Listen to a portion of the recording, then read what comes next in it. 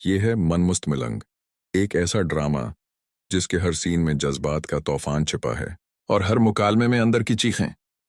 Scene का आगाज कहानी वहां से शुरू होती है जहां रिया खां का दिल कबीर खां के लिए धड़कना शुरू करता है, लेकिन वो धड़कन अभी लबों तक नहीं पहुंची होती कि एक माँ का फैसला एक खानदान की बुनियादें हिला देता है। मेरे बेटे को दूसरी शादी करनी चाहिए ताकि कोई वारिस हो। ये अल्फाज नहीं, एक धमाकी था। और जब ये आवाज बहाव के कानों तक पहुंची तो उसके कदमों के नीचे की जमीन लर्ज गई। जज्बात की शद्दत। कबीर खां घर से बाहर था, रिया तन्हा, एक पुरानी याद, एक जनाजा और एक खामोशी जो चीख रही थी। लेकिन उस खामोशी में भी एक चिंगारी छिपी थी। जब कबीर लौटा तो वो सिर्फ ताजियत करने नहीं आया था, वो अपने दिल की कहानी मुकम्मल करने आया था। मगर कसमत को शायद कुछ और ही मंजूर था।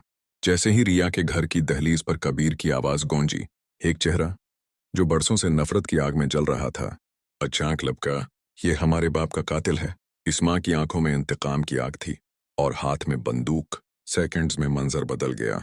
एक चीख, एक दौड़ता हुआ कदम और था गोली चली। मगर हदफ बदल चुका था। कबीर नहीं, रिया गिर चुकी थी। जज्बाती नुक्ता उरूज। इस्मान का चेहरा सफेद पड़ गया। वो हाथ जो बदला लेने उठा था अब लरज रहा था। और सेकंडर की आवाज गूंजी, तुमने अपनी ही बहन को मार दिया। एक लम्हा जिसने सब कुछ बदल दिया। अस्पताल और बिखरती उम्मीद। कबीर रिया को बाहों में उठाकर भागा। वक्त कम था, उम्मीद कमजोर और दुआ बाकी। अस्पताल की राहदारियों में सिर्फ एक सवाल गूंज रहा था, क्या रिया बच पाएगी? किरदारों की नफ्सियात और जज्बात। इस्मा, जिसे लगा वो इंसाफ कर रही है, अब मुजरिम बन चुकी थी। सजा सिर्फ कैद नहीं थी, बल्कि जमीर का शोर जो दिन रात उसे रोने नहीं देगा। और रिया जख्मों में भी मुस्कुरा कर कह गई, इस मापा को कुछ ना कहना, वो मेरी बहन है। कभी कभी इंसान मोहब्बत में वो माफ कर देता है जो अक्ल कभी बर्दाश्त नहीं कर सकती। इंजाम की तरफ बढ़ता हुआ किस्सा।